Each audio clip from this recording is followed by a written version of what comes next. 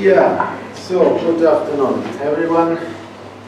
I'm Nadir Kinossian from the Leibniz Institute for Regional Geography, and I'll introduce the institute first. We are the only non-university institute dealing with human geography in Germany, and we are part of the Leibniz family of research institutes. So in Germany there is a Leibniz Institute practically for every discipline. We are a geographical research institute. So please visit our website for more information. We focus on Eastern Europe in broader sense, that includes Russia, post-socialist states, and of course former eastern part of Germany. And we deal with spatial processes, especially spatial polarization and peripheralization. And we try to do our research policy relevant so that it deals with issues of development, and urban and regional planning and governance. Also, the Leibniz Institute for Regional Geography is part of the foundational participant of Leibniz Science Campus, Eastern Europe global area, which includes also universities of Vienna and Halle and other research organizations in Leipzig. Both the Institute, the IFL, and the Leibniz Science Campus have visited research fellowships, so please find information on the website in case you want to spend some time in Leipzig, Vienna, or Halle, and apply or think about organizing a conference. There is also funding for that. So, today I would like to talk about the post-socialist city as a phenomenon and a research topic, and try to somehow link it with broader topics, broader concerns of social sciences and human geography.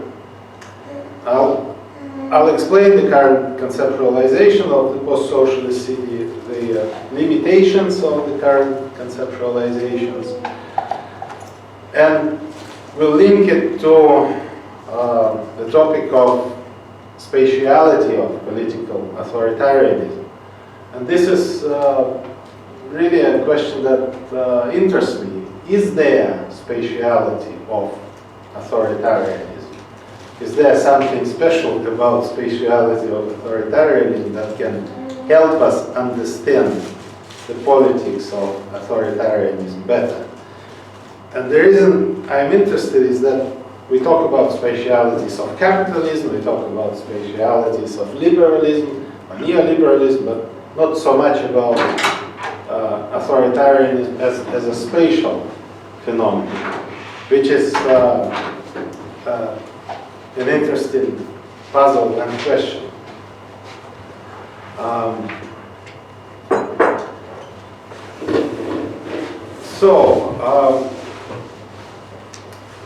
Post-socialist city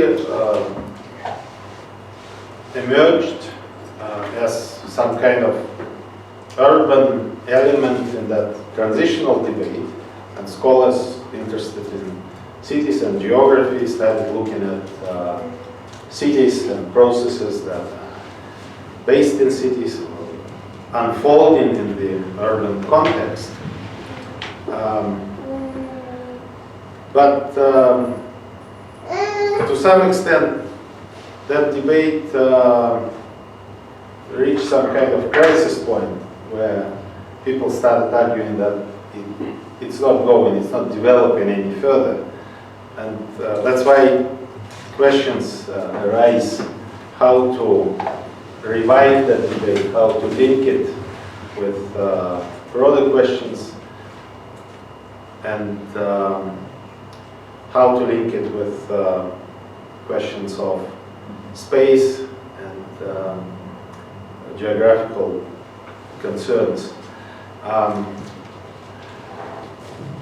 So just to position this debate within broader debates, if we look at social sciences, urban geography is probably some kind of marginal, definitely not central element of social sciences. And within urban geography generally, there is a branch of scholars who deal with post-socialist cities. So it's kind of branch market within a small disciplinary area, within broader disciplinary area of social sciences. And of course, to link it with major debate is a big task, with questions of democracy, with questions of development, governance, institutions. And there are different ways of doing it, but I'm trying to argue that the current conceptualization is actually limiting the way we, as urban scholars, can communicate our research and messages to broader audiences, to generate interest beyond that kind of self-referential group of post-socialist scholars. And I don't know if that concern is shared, for example, by scholars of transitional countries. I don't know how, for example, studies of transition in Russia, or modernization in Russia, how well it is communicated with, let's say, political science discipline generally. Is it considered as some kind of branch debate, or is it contributing to major arguments? Yeah, so,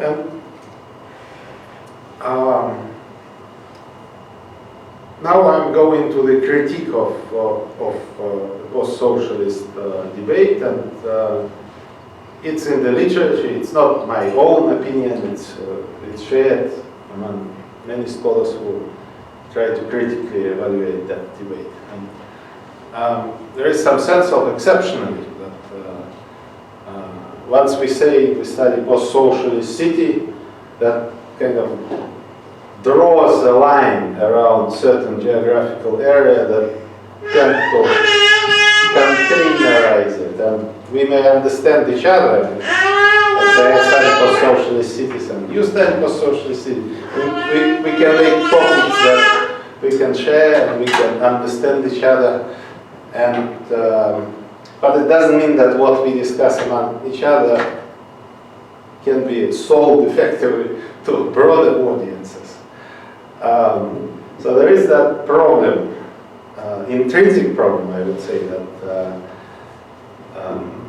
by saying post-socialist city or post-socialist world, we immediately put it into some kind of position of exceptionalism that says that there is something kind of different or something wrong with that, as opposed to major debates that are out there. But that can actually be defended by some scholars, because they would argue that, okay, that's our kind of unique area, and we should not trade that and lose that kind of specialization. Yeah, so within the debates, one of the points I'm listing now, the kind of points of critique. The first point is that limited debates on the post-socialist city contributes in a marginal way to urban theory. So that it's not saying anything new, because mostly scholars deal with cases, but not really contributing in any novel way to development of concepts, of theories. And the explanation of that is that post-socialist cities were considered as a deviation from normality. And in a way, once they undergo that gradual correction and become normal cities, then they will be treated as normal cities. But so far they are ill-placed to inform theory, because nothing novel can happen within that kind of geographical area. To respond to this point of criticism, one may say that it's actually not that convergence is happening automatically. It's not that post-Soviet countries or cities are on a convergence track with the West. It may produce various different outcomes, it's not. It should not be assumed that the outcome of transition should be a liberal democracy or market economy. It would be great if it was that, but that's not unfortunately the case. They take different paths. And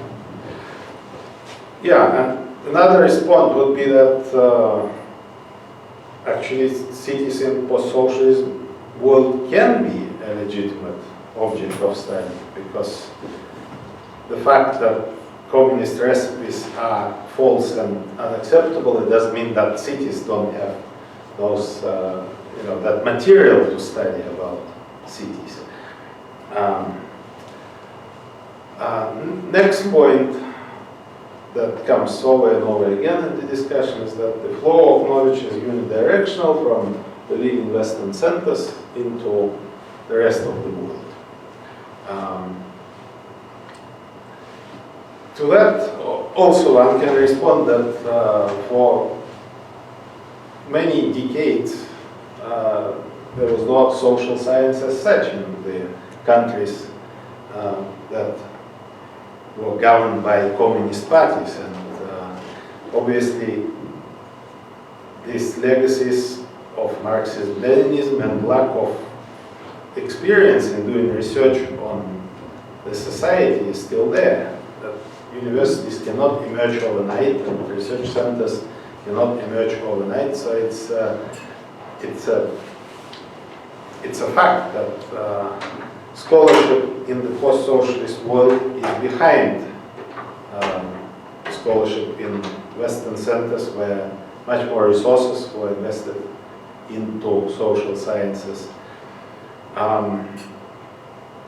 That situation is in post-Soviet countries continues, that universities are underfunded, and most of the scholars have to actually do teaching duties first and do research as their spare time activity. So there's not that structure that can stimulate research activities that could lead to the creation of theoretical development.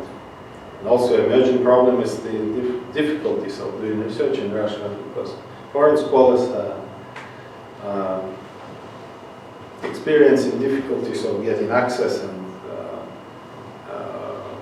deported and harassed by the authorities on various pretexts, and that is not a good foundation for academic exchanges and sharing ideas and developing some joint projects or whatever.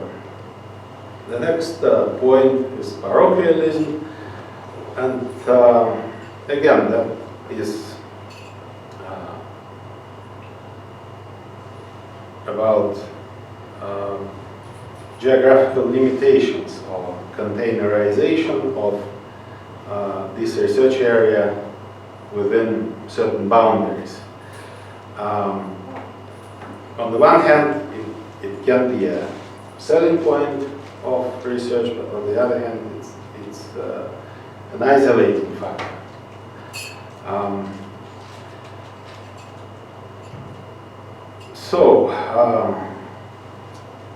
This what can limit the engagement of scholars doing research on post-socialist city with broader debates. But I would also argue that in addition to all this, there is also a problem of choosing theories and choosing narratives and debates through which research can be connected with major debates. And one of the points I'm trying to explore in that article that is the basis of this presentation is that somehow the political economy approach, and specifically the topic of neoliberalism and neoliberalization became some sort of a default narrative or default frame of analysis of the post-socialist city. Well, the argument for that is that transition to market economy and democracy is presented as kind of branch, regional eastern branch of a global totalizing or totalitarian transition, as some scholars presented, towards the new neoliberal order. And I argue that while that may have something to do with neoliberalism, but the process is much broader, it's diverse, and different outcomes indicate that this neoliberal order may be one of the outcomes, as well as authoritarian regimes and as well as some kind of obscure cases in between. So we should not presuppose that this is some sort of unidirectional movement towards some homogenizing neoliberal order. And I tried to draw this in some kind of simple diagram that research on post-socialist cities have chosen that one direction to connect with broader urban debate. This is via the neoliberalization argument, which I think is limited because kind of focuses the attention on the issues of class power, domination, inequality, struggle, suppression, but it has less interest in issues of good governance, good institutions, development or lack of development, and for that one would need to study institutions, governance, and other issues that are not well fit into the neoliberalization discourse.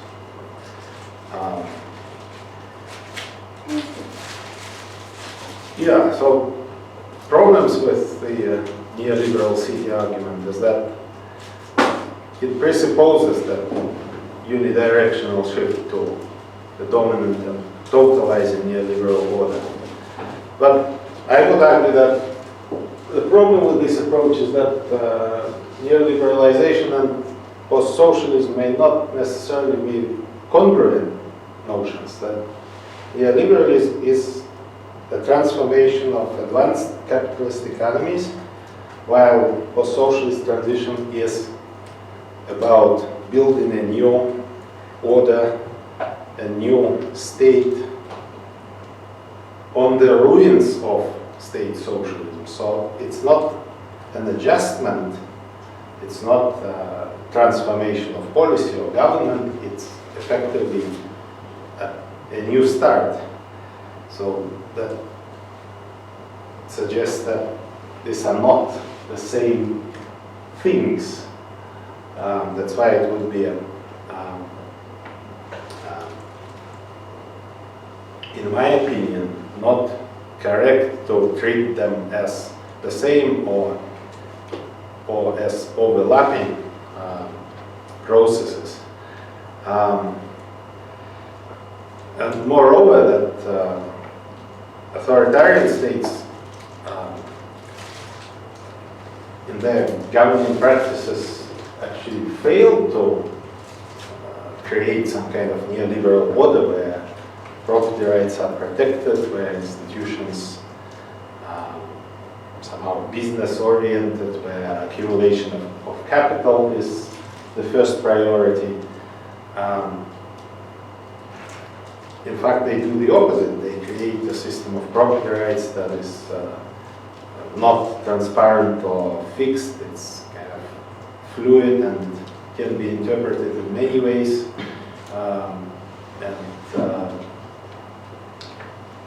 That's why there may be fundamental differences in the way authoritarian state and neoliberal state function in terms of economic governance.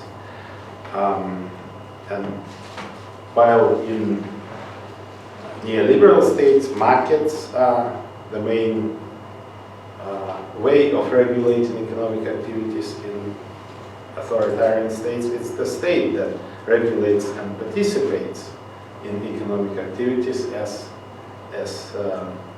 developmental state, or state acting through various state-controlled companies, corporations, monopolies, etc. And the last point is that the neoliberal debate pays most of its attention to deconstructing kind of structure of power, structure of domination, but at the same time it pays little attention to good governance, topics of good governance, institutions, something that is key for development. Because fundamentally, they stand on the critical approach which considers market economy as part of the problem, or foundation of the problem, not part of the solution. So in that sense, there is a choice whether development is considered along with the market economy and capitalist state, or in opposition to the market economy and capitalist state.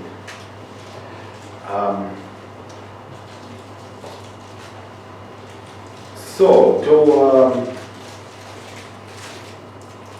to summarize that part, I would argue that the totalizing view of transition doesn't help us, because it fails to recognize different outcomes. It's not some kind of homogeneous unidirectional move. It's a diverse kind of picture where different political and economic settings are present.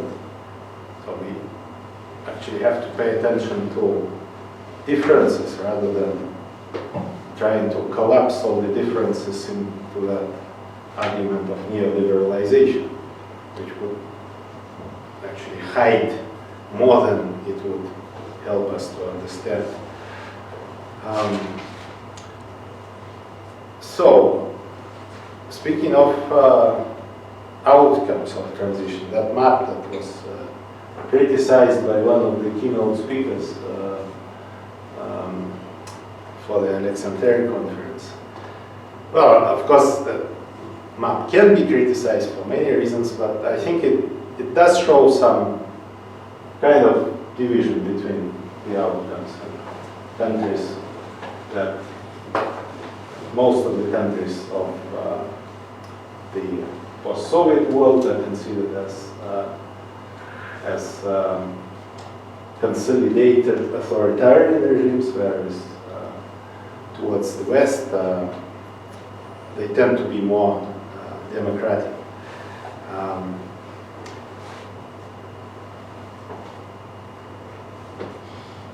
I would like to use that map to, instead of just pronouncing that fact that there are different outcomes, to kind of open up to further thoughts about what can we understand about authoritarianism and transition by looking at countries such as Russia, for example. What is inside that container that appears on the map as some kind of blue homogeneous space? How is that space governed, and how power is structured within that so-called space of authoritarianism? Can authoritarianism be defined in positive terms, not as a lack of something, lack of democracy in that case, but as some specific mechanisms of governance, specific spatial arrangements, and how that notion of authoritarianism can understand the spatial diversity of a big country such as Russia, and the relationship between different tiers of government, between regions and the center, and etc. And it is quite a difficult task, because these ideas do not translate easily into some kind of spatial language or geographical language. And I think that some gap in our knowledge that requires some further analysis, because political scientists tend to look at the macro level and describe and explain how the political system works at the macro level, but not necessarily how the country, a complex and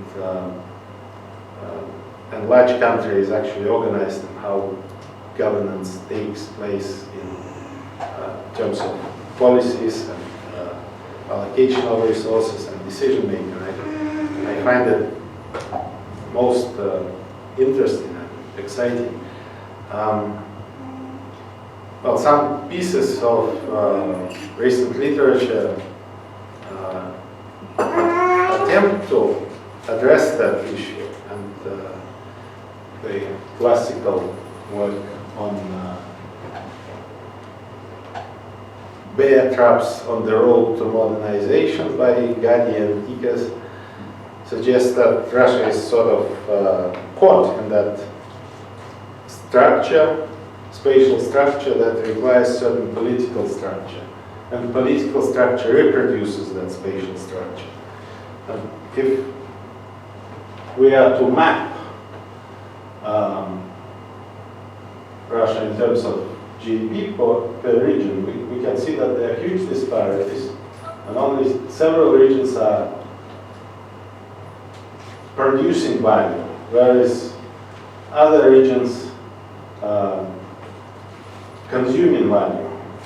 And it's some kind of negative image of production and consumption, that resource-rich regions generate value, while other regions receive subsidies and etc. from the centralized sources.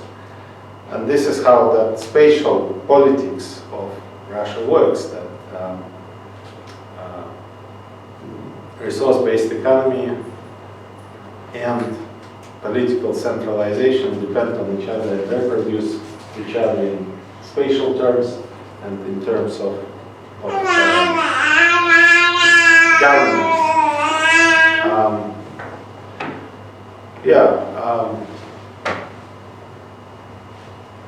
Other sources indicate that modernization has failed because the elites didn't have incentive to modernize. Opposite was the case, that they created a patrimonial and plutocratic system that is resistant to modernization or resistant to change. And that was also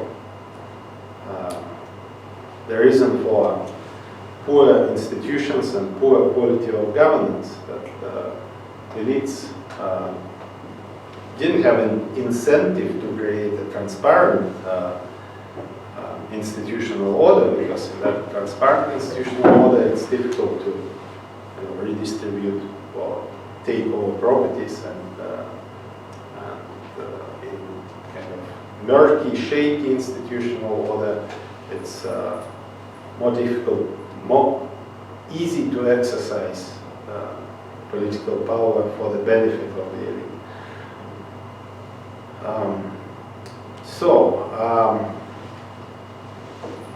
Here I try to somehow summarize and link the characteristics of the government type and regime type with spatial implications. And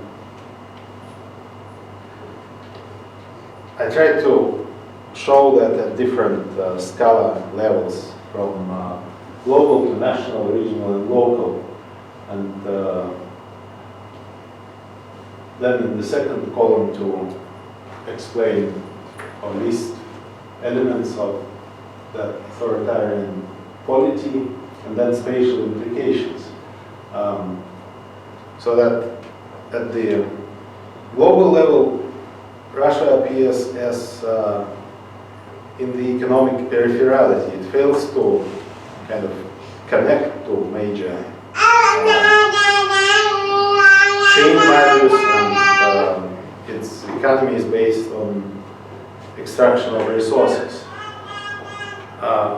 And the position in the global system of international relationship is increasingly nationalist and increasingly oriented towards rejection of globalization or rejection of international existing order towards some kind of isolation and power politics or strong state that experts on international politics describe.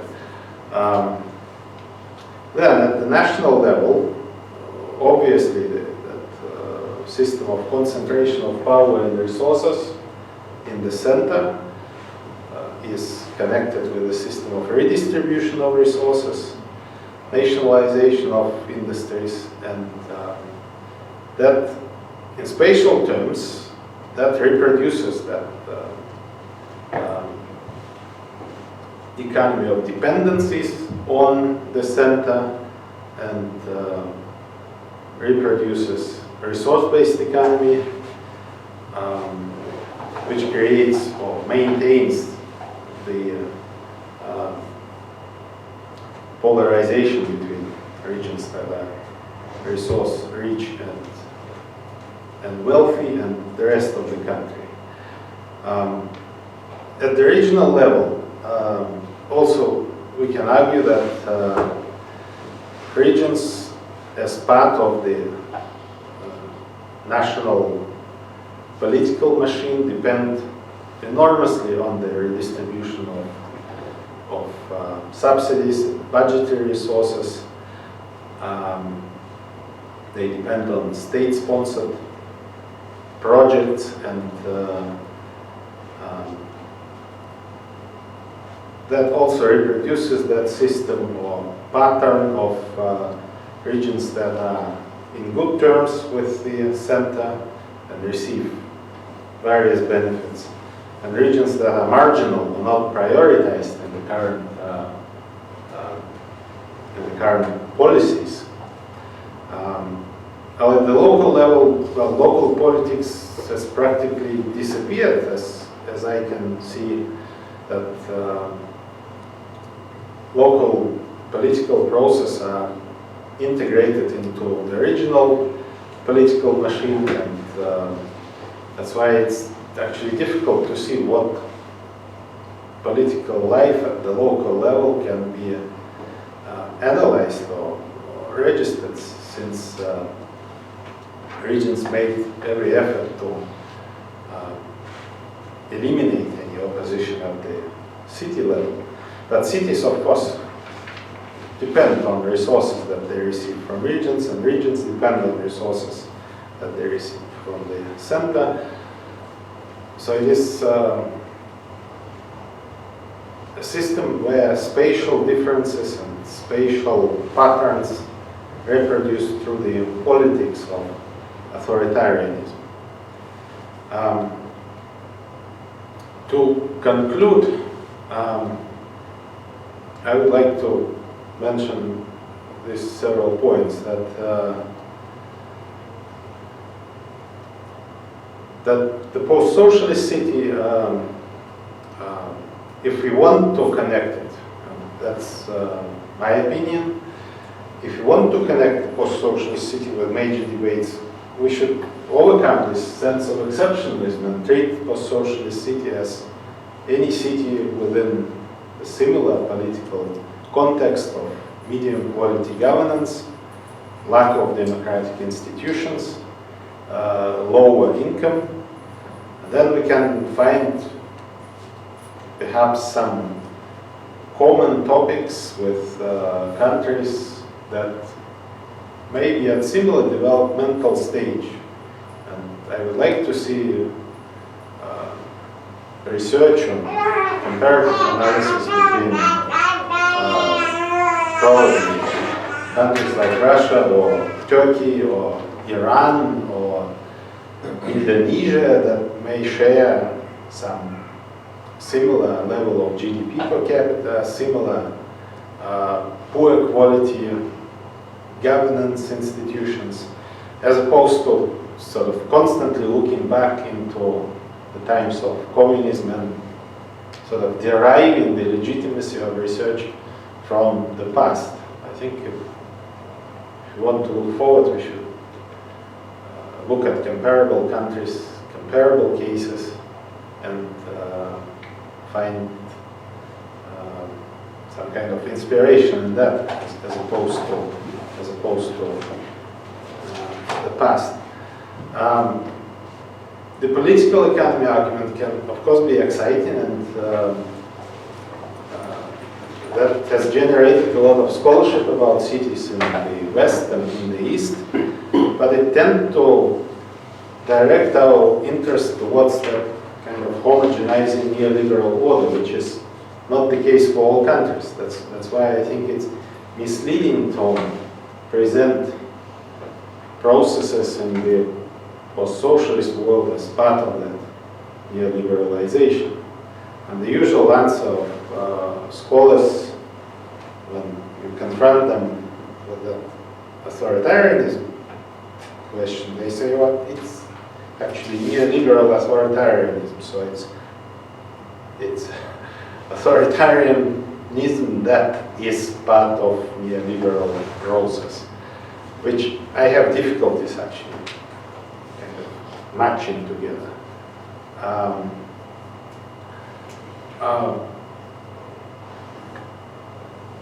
Speaking of spatiality of authoritarianism, I don't really know if we can argue that some kind of system of government can be translated into certain spatial patterns, and we can build causal relationship between type of government and spatial outcome, because I mean across the world we have similar patterns like polarization, rich and poor regions in both democratic, both capitalist and post-socialist and other countries. So it's not really creating some kind of convincing argument that certain type of government inevitably leads to, let's say, disparities between rich and poor, or priorities expressed in the roles of cities, because it happens everywhere that cities grow while peripheries seem to die out and depend on the center in terms of subsidies and various redistributive mechanisms. But I think the way to deal with this issue is not to look at spatial patterns, but at the process and the policy making process and the process of governance to see how different societies try to solve these problems, which seem to be intrinsic and universally shared between countries that belong to different kind of groupings on the map of the Freedom House. So that would be my kind of take to address the question of spatiality of authoritarianism, or spatiality of capitalism. That, rather than spatial outcomes, I would like to see institutional dimensions, and policy dimension, and governance dimension of that. Yeah, so thanks a lot for your attention. This was